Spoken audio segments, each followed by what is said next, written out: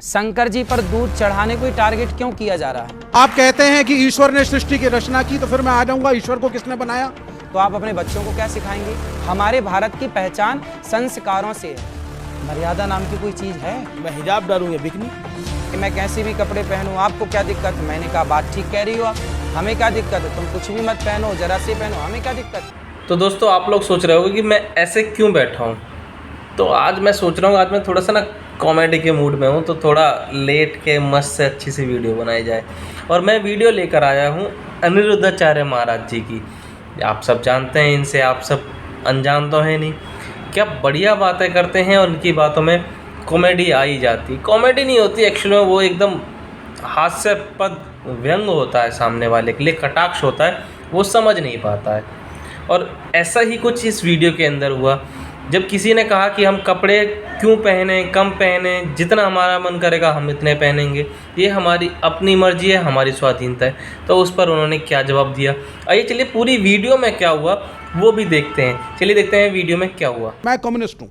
हाँ, मैं नहीं मानता अस्तित्व को ईश्वर के। भाई शुरू से कहा जा रहा है कि जिसने हमें जन्म दिया वो माता है। क्या आप नहीं मानते कि उसे आप माता कहते हैं? नहीं, माता को तो मानते हैं। फिर आप कह रहे हैं कि शुरू से चली आई परंपरा मैं नहीं मानता।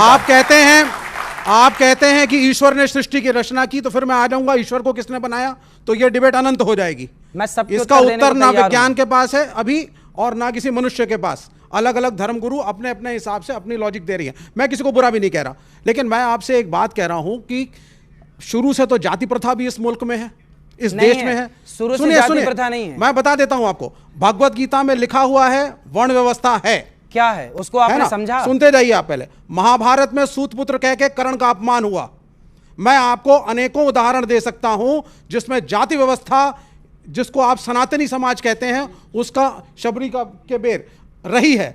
क्या आप ये चाहते हैं कि ये व्यवस्था रहे? उदाहरण दिया कि जिस माँ ने जन्म दिया है, ये भी तो बरसों से चली आ रही है माँ की परंपरा, ये मेरी माँ है, क्यों माने? हर पुरानी परंपरा को आप नकार देंगे तो राम सेतु भी पुराना, उसे भी नकार दीजिए। राम का अस्तित्व लोग नकारते हैं, तो हर चीज़ नकार देने से तो कुछ ना बचेगी ना। फिर हम क्यों, हमने तो महात्मा गांधी को देखा ही नहीं, फिर हम भी मानने लगे नहीं जी महात्मा गांधी नाम के कोई हुए ही नहीं। भाई वो तो इतिहास जो कहेगा मानना पड़ेगा ना। इतिहास कहता है कि महात्मा गांधी हुए हैं, इतिहास कहता है कि पृथ्वीराज, कि आप में से किसी ने पृथ्वीराज चौहान को देखा, शिवाजी को देखा? आपने किसी ने देखा? झांसी की रानी को देखा? पर नहीं देखा, इससे ये सिद्ध थोड़ी होता कि नहीं जी नहीं थे। भाई इतिहास पढ़ा है ना। जो इतिहास महात्मा गांधी के होने का प्रमाण देता है, वही इतिहास महाभारत का राम और कृष्ण के होने का भी प्रमाण दे रहा है। तो आप एक इतिहास मान रहे हैं, एक नहीं मान रहे हैं, ये गलत बात है। अब हम ही खोल खोल के दिखाएं और सामने वाले से कहें कि तुम अपनी सोच बदलो, तो ये कहां तक सही है? जो हीरा होता है ना, हीरे की दुकान में हीरा अंदर होता है, और जो सरिया होता है वो दुकान में बाहर पड़ा रहता है। लड़के तो सरिया की तरह हैं, जबकि बेटियां हीरे की तरह हैं। हीरे की कीमत ज़्यादा होती है, इसलिए हीरे को संभाल कर रखा जाता है, संजो के रखा जाता है। हमने तो बाप दादों से यही सुना है कि बेटियां दोनों कुलों का कल्याण करती हैं, माता के कुल का और पिता के कुल का, और वहाँ ससुर और सास और पति के कुल का। तो दोनों कुलों की जिम्मेदारी बेटी के ऊपर है, तो बेटे से ज़्यादा जिम्मेदार कौन हुई? बेटी हुई। मैं हिजाब डालूंगा बिकनी। भाई मर्यादा नाम की कोई चीज़ है? बिल्कुल है, मर्यादा है। फिर इसलिए देखिए, कपड़े कोई कैसे पहने, हमें क्या दिक्कत है? अभी पिछले मैं किसी ने कहा, किसी बहन ने, कि मैं कैसे भी कपड़े पहनूं, आपको क्या दिक्कत है? मैंने कहा बात ठीक कह रही हो आप, हमें क्या दिक्कत है? तुम कुछ भी मत पहनो, जरा से पहनो, हमें क्या दिक्कत है? भाई पहनना ना पहनना तो आपकी पसंद है, हमें क्या दिक्कत है? बात ठीक है। लेकिन हम एक पिता, एक माँ अपने बच्चों को तो यही सिखाएगी ना, बेटा थोड़ा मर्यादा में रहो। सीता माँ को लक्ष्मण रेखा खींची कि नहीं लक्ष्मण जी ने? वो क्या थी? वो मर्यादा थी। राम को क्या बोला जाता? मर्यादा पुरुषोत्तम। हम उस देश में रहते हैं जिस देश के भगवान को मर्यादा पुरुषोत्तम कहा जाता है, तो हम मर्यादा की बात क्यों ना करें? तो विवेक कुछ कहना चाहते? देखिए, समय के साथ संस्कृति की परिभाषा बदलती है। खान पान, पहनावा, यहाँ आप देख रहे हैं अमीश जी ने जो वस्त्र पहने हैं, मैंने पहने, इन्होंने पहने, शर्ट पैंट पहने हैं, ये भारतीय संस्कृति में पहले नहीं थे। खान पान में आज बच्चे हैं, पिज़्ज़ा भी खाते हैं, चाउमीन भी खाते हैं, बर्गर भी खाते हैं, और जाते हैं घर के पास जाके मोमोज भी खा के आते हैं। पर डॉक्टर मना करता है कि ना खाओ। वो ठीक है, साफ मोमो खाएंगे तो नहीं बीमार पड़ेंगे। तो हमारी संस्कृति में खान पान, पहनावा, सोच, एजुकेशन सब बदलता है। आज लड़कियां भी पढ़ रही हैं, तो आज जो एक स्त्री है, एक लड़की है, वो एक लड़के के बराबर है, उनमें कोई भेदभाव नहीं है। एक लड़की का अधिकार है वो क्या पढ़े, क्या पहने और क्या खाए। इसका एक मॉरल कंट्रोलिंग धर्मगुरु और कथावाचक क्यों करना चाहते हैं? आप क्यों चाहते हैं कि आपके हिसाब से लोग पहने, आपके हिसाब से लोग खाएं, आपके हिसाब से लोग सोचें? ठीक है जी। मेरे हिसाब से देखिए, अब बताइए, आप मोमोज खाइए, आप पिज्ज़ा, बर्गर, चाउमीन इत्यादि खाइए, हमारे हिसाब क्या है? हम कहते हैं बेटा अंकुरित अनाज खाओ, अंकुरित करके खाओ, आप ज़्यादा से ज़्यादा फल खाओ, आप ज़्यादा से ज़्यादा हेल्दी चीज़ें खाओ, शुद्ध देसी गाय का मस्त दूध मिल जाए तो दूध पियो। हम तो आपके हित के लिए कह रहे हैं।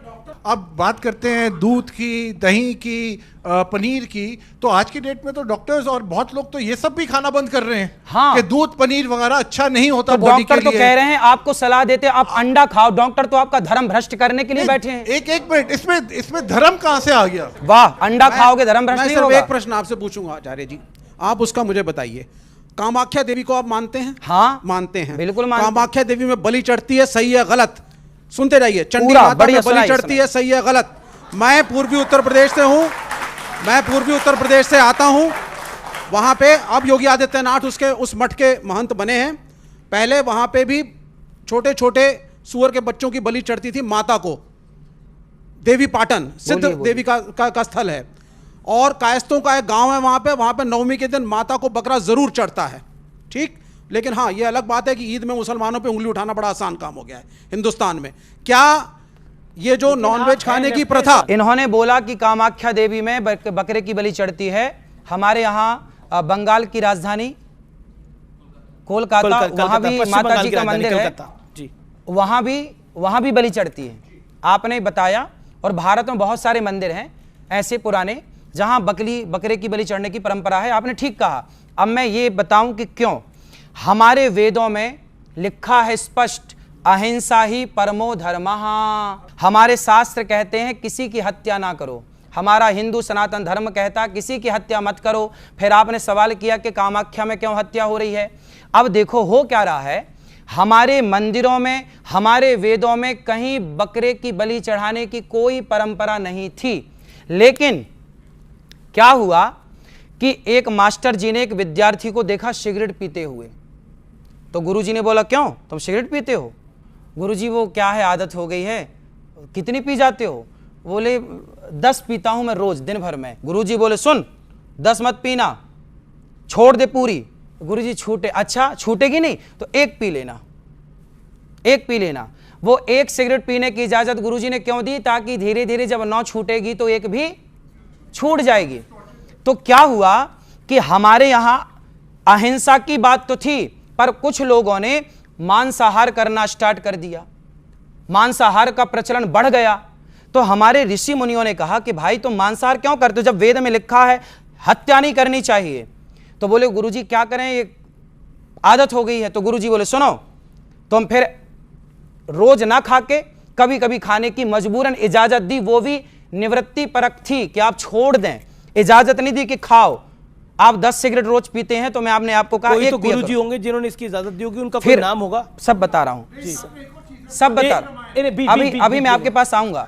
फिर क्या हुआ, ऐसे से ये मंदिरों में मनमाने ढंग से, कोई मंदिर में कोई देवी देवता नहीं चाहती, देवी नहीं चाहती कि मुझे बलि दो, ये मनमाना आचरण है। ये जो बकरे की बलि चढ़ा रहे हैं ना लोग, हिंदू लोग, सनातनी, ये सब मनमाना है। इनको मैं कथाओं से रोकता, जो परंपराएं चली आ रही हैं अब वो तो चली आ रही है ना। अब हम लोग कह रहे हैं कि मत करो। पहले के लोग पति पत्नी, पहले के लोग शादी होती थी तो शादी के बाद सबसे पहले घर में सत्यनारायण भगवान की कथा होती थी, पूजा पाठ होती थी। आजकल तो शादी हुई और पहले ही टिकट हो जाती है घूमने की, वहाँ जाएंगे, वहाँ ये मूवी देखेंगे, ये पिक्चर देखेंगे, यहाँ घूमेंगे, उस पार्क में, इसमें। शादी करना बहुत आवश्यक है। और शादी के बाद आपकी जो रीति रिवाज हैं, हमने पुरानी रीतियां देखी कि शादी के बाद पहले बहू आती है तो वहां पर कुल देवताओं की पूजा होती है, अपने देवी देवताओं की उपासना होती है। बड़े बुजुर्गों को प्रणाम होता है, गांव में कुल देवता, स्थान देवता, ग्राम देवता को प्रणाम होता है, फिर आप जाइए, एंजॉय करिए, कोई रोक थोड़ी रहा है, पर एक मर्यादा है। आज के लोग सोचिए, एंजॉय करना चाहते हैं। नहीं भैया, आपकी बात ठीक है, आपकी बात बिल्कुल ठीक है, मैं क्यों पाबंदी लगाऊंगा, मैं कौन होता हूं, लेकिन एक नसीहत, एक आपका भाई, आपका बेटा, आपका अपना होने के नाते आपने मुझे यहां बिठाया है ना, तो इसके नाते मैं आपको एक सलाह तो दे ही सकता हूं कि देखिए, आज की आपाधापी में मत जाइए, आज की चमक में मत जाइए, लेकिन अपने संस्कारों, आप मॉडल बनिए। आप 21वीं सदी में तो हैं, लेकिन संस्कारों को भुलाकर क्या पाओगे? आप आगे बढ़ेंगे संस्कारों को लेकर, तो कल आपके बच्चों को आप संस्कार दे पाएंगे। जब आज आप ऐसे हैं, संस्कारहीन हो जाएंगे, तो आप अपने बच्चों को क्या सिखाएंगे? तो आपने ये वीडियो देखी, आपको वीडियो कैसी लगी कमेंट में ज़रूर बताएं। और अनिरुद्धाचार्य महाराज जी की बात है ना, एक नंबर होती हैं हमेशा से ही। कुछ लोग समझ नहीं पाते, देखो थोड़े अलग तरीके से होती हैं, लेकिन होती सही ही हैं, आप मानो या ना मानो। चलिए मिलते हैं आपसे नेक्स्ट वीडियो में, तब तक के लिए जय हिंद, जय भारत।